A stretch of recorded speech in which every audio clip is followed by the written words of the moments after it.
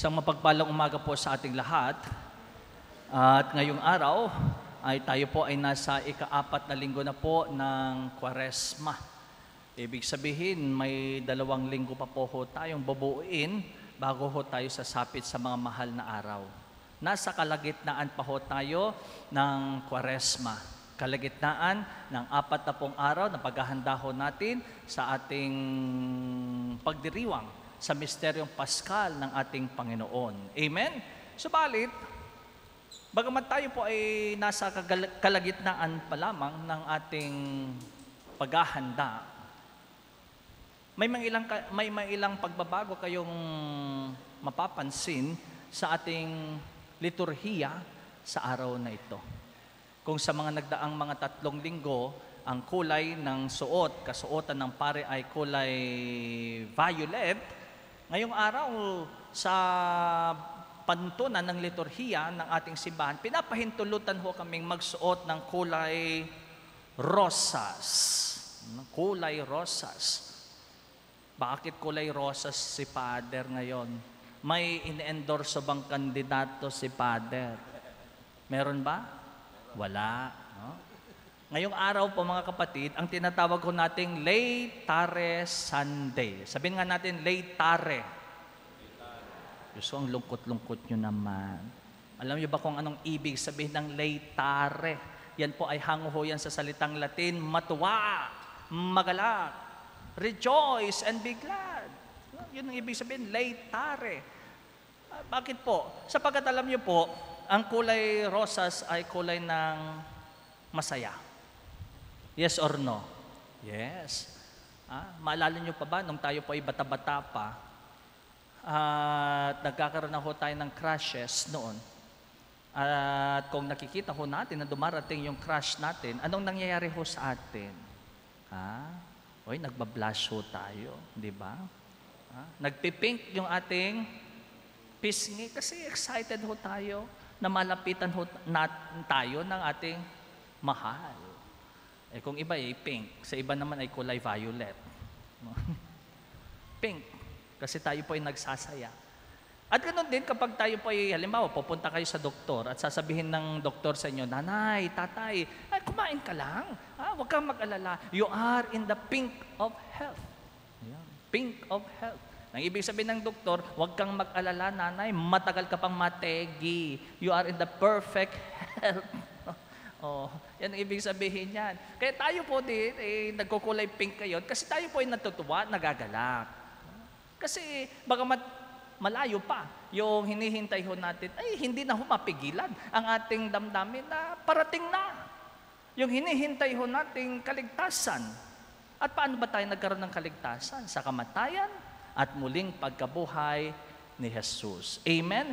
At yun din ang tema ng ating mga pagbasa sa araw na ito. Matuwa, magalak. Yun din ang sinasabi sa atin sa unang pagbasa. Matuwa, magalak sapagkat may Diyos na hindi nagpapabaya. Matuwa, magalak sapagkat hindi tayo tatalikuran ng Diyos. Matuwa, magalak sapagkat may Diyos na tumutupad ng kanyang pangako. Ano bang nangyari? Yung mga Israelita na umalis sa Israel, sa wakas, nakarating na sila sa lupang pangako. Sa napakahabang panahon ng kanilang paglalakbay, nakarating na sila sa promised land. Ilang taon sila naglakbay? Hindi kayo nakinig.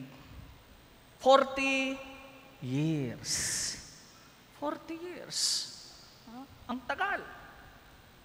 Ay kung titignan natin ang mapa ng Egypt at ng promised land, hindi mo aabutin ng 40 years bago marating ang lupang pangako. Pero bakit 40 years? Bakit? Sapagkat wala pang ways noon. Hindi naman. Joke lang yun. Kasi, alam niyo po itong mga Israelita, bagamat sila po ay tinanggal doon sa Egypt, sila po ay paulit-ulit na tumatalikod sa Diyos. Maalala nyo yung mga panahon na wala silang makain, wala silang mainom sa disyerto. Anong ginawa nila? Pinuntahan nila si Moises at sinabi, tinanggal mo kami sa Egypt para gutumin lang. Dadalhin mo kami dito sa disyerto, wala kami makain, wala kami mainom. Oh. They started to complain, they started to grumble. At hindi lang ho yan ang kanilang ginawa, kundi nagsimula ho silang sumamba sa mga Diyos-Diyosan. Kaya sila po ay binigyan ng Diyos ng leksyon. Hindi pwede na ganitong mga uri ng tao ang dadalhin ko sa lupang pangako.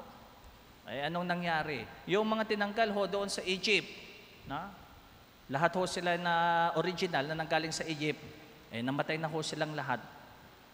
At ang nakarating sa lupang pangako ay ang kanilang mga anak, kanilang mga apo. So you see, pero kailangan pa rin ho nating makita mga kapatid na pagkahaba-haba man ng kanilang paglalakbay, sa wakas, tinupad ng Diyos ang kanyang pangako. Amen? Amen ba doon? Ayan. At yun dapat ang pinagdiriwang ho natin, na hindi nagpapabaya ang Diyos. Tignan niyo po, 40 years sila sa disyerto, pero hindi ho sila ginutom ng Diyos. Walang namatay sa kanila sa pagkauhaw. Bakit?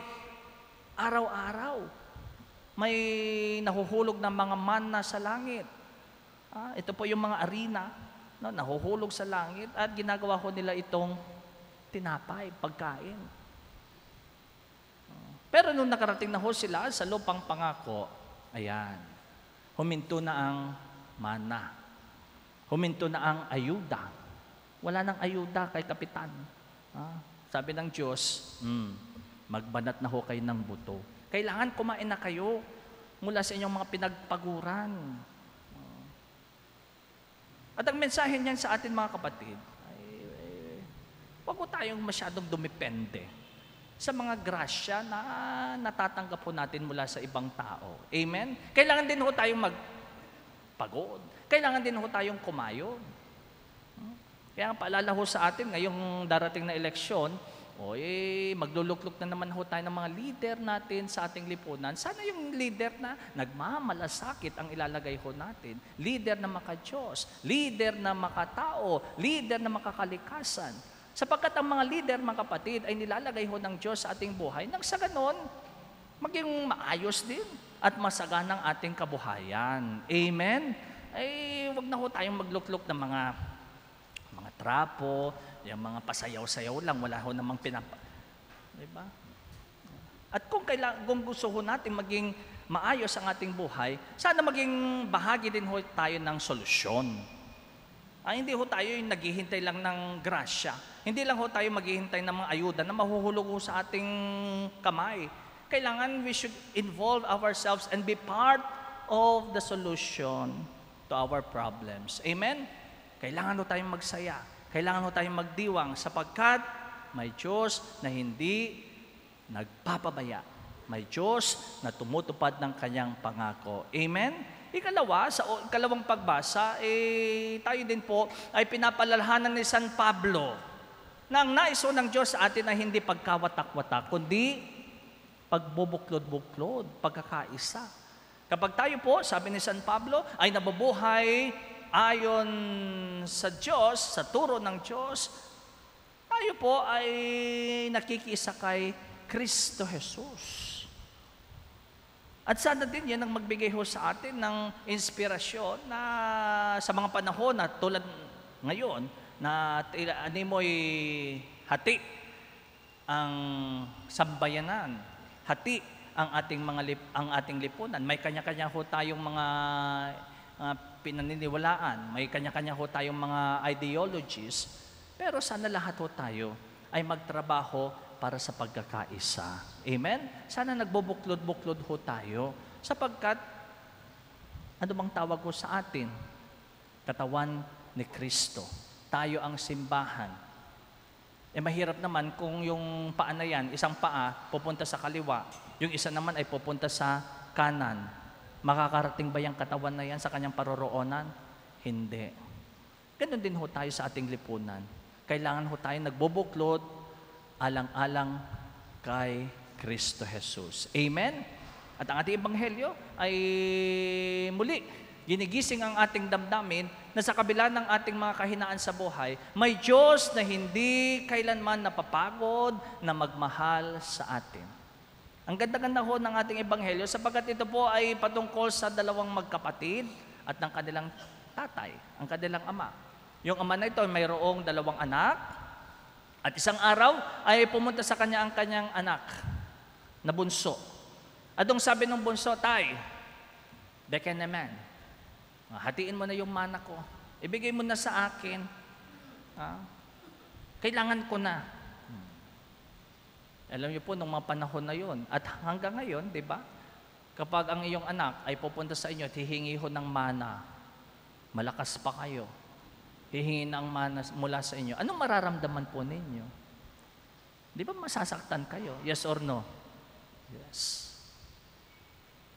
Yan din ang naramdaman ng tatay na yan. Subalit, bagamat siya po ay nalungkot, siya po ay nasaktan, hinati niya sa dalawa niyang anak ang kanilang mana.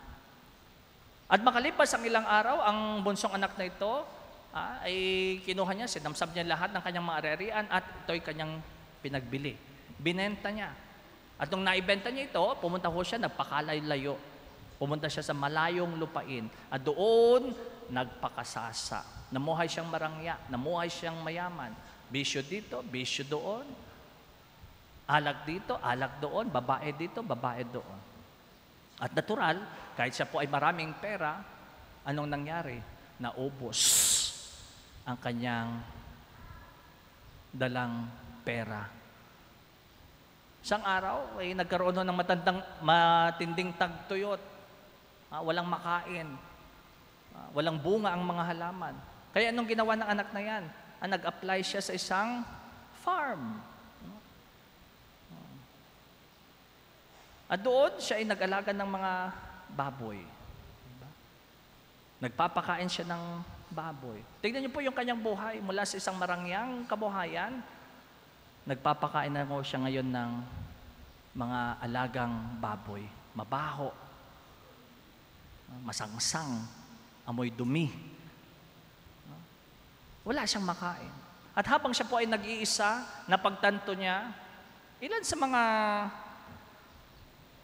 alipin ng ang aking ama, ang labis-labis ang kanilang kinakain.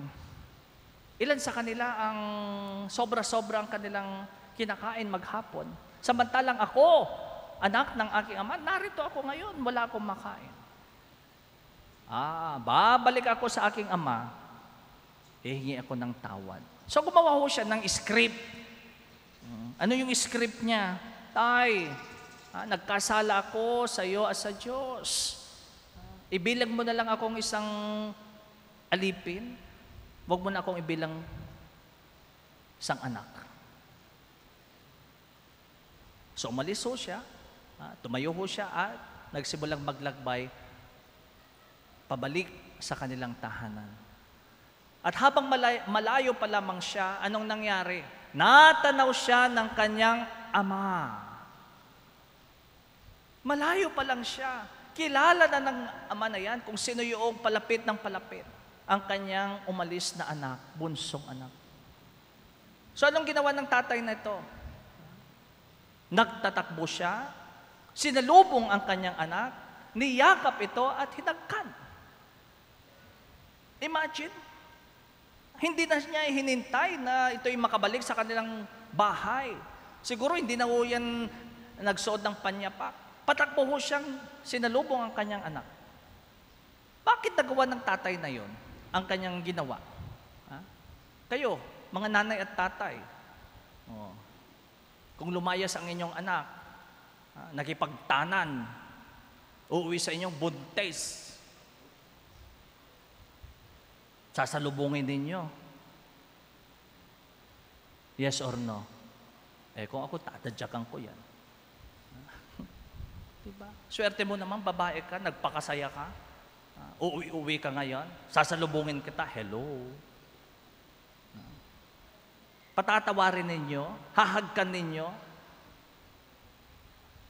Pero yung tatay na yan, tignan niyo po ang kanyang ginawa. Patakbo ho siya, sinalubong ang kanyang anak, hinagkan ito at hinalikan. Bakit? Una, sapagkat kailanman ay hindi nawala sa tatay na yan ang pagtingin niya sa kanyang anak. Anak pa rin ang turing niya sa kanya. Anak ko siya.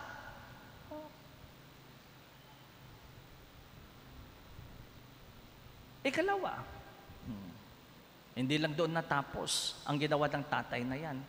Hibang na hibang yung tatay na to. Anong ginawa niya? Pinatawag ang kanyang mga alipin. Sinabi niya, bihisan nyo, linisin nyo siya, bihisan ng pinakamagarang damit, lagyan ng panyapak ang kanyang mga paa, lagyan ng singsing ang kanyang mga daliri. Anong ibig sabihin nun? Binalik sa kanya ng ama ang kanyang dignidad bilang kanyang anak. Yung dignidad na iniwan ng anak na yan, yung dignidad na binasura ng anak na yan, ay ibinalik sa kanya. At ganyan na ganyan ho ang Diyos sa atin.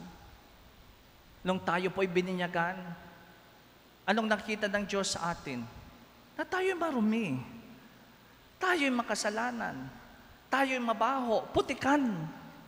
Pero dahil mahal na mahal tayo ng ating Ama, anong ginawa niya? Hinugasan niya tayo sa pamamagitan ng tubig ng pagbibinyag. Binihisan niya tayo at itinuring niya tayong mga anak. Amen? At ganyan po ang Diyos sa atin. Naghihintay ang Diyos na tayo po'y magbalik loob.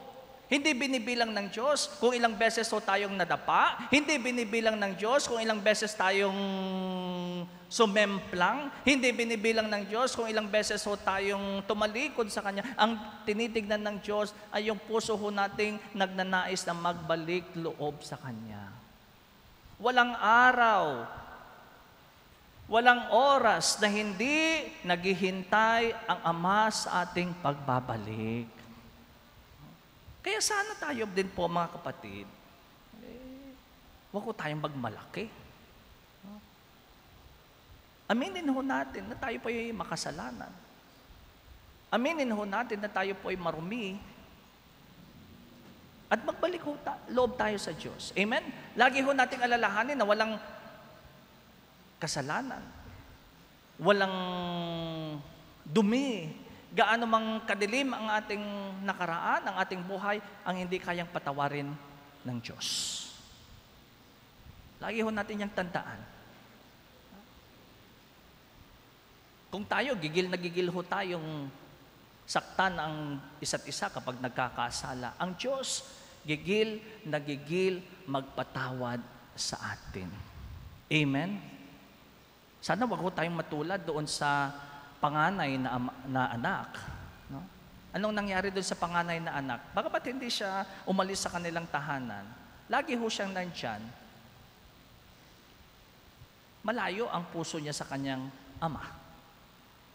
Tignan niyo po, malayo pa lamang yung anak na yan, yung panganay, dahil galing ho siya sa bukid, narinig na niya ang kasiyahan sa kanilang tahanan at pinatawag ang isa sa kanilang mga alipin at tinanong, anong meron sa bahay? At sinabi ng alipin na yan, ay naku sir, yung magaling mong kapatid, bumalik. Ngayon nagpa-party ang tatay mo. Yung magaling mong kapatid, pinag-cater ng tatay mo. Yung magaling mong kapatid, nagpakasasa, nagsaya. Ayan, nagpa-party-party ngayon. At ano naramdaman nung panganay na yan? Galit, puot, at ayaw niyang pumasok sa kanilang tahanan. Pero again, dahil labis-labis ang pag-ibig ng ama na yan, anong ginawa niya? Lumabas siya sa kanilang tahanan at inamo-amo ang kanyang galit na anak. Pero tignan niyo po, ang nakalulungkot. Kasi nung sila po ay magkaharap na, sinabi nitong panganay nito, "Look, all these years I serve you, and not once did I disobey your orders, yet you never gave me a young goat to feast on with my friends." Hindi ako naglayas, hindi ako katulad niya, hindi ako sumuway sa iyo, pero hindi mo man lang ako binigyan ng kambing na pampulutan kasama ng aking mga barkada. So, anong ibig sabihin nun? Bagamat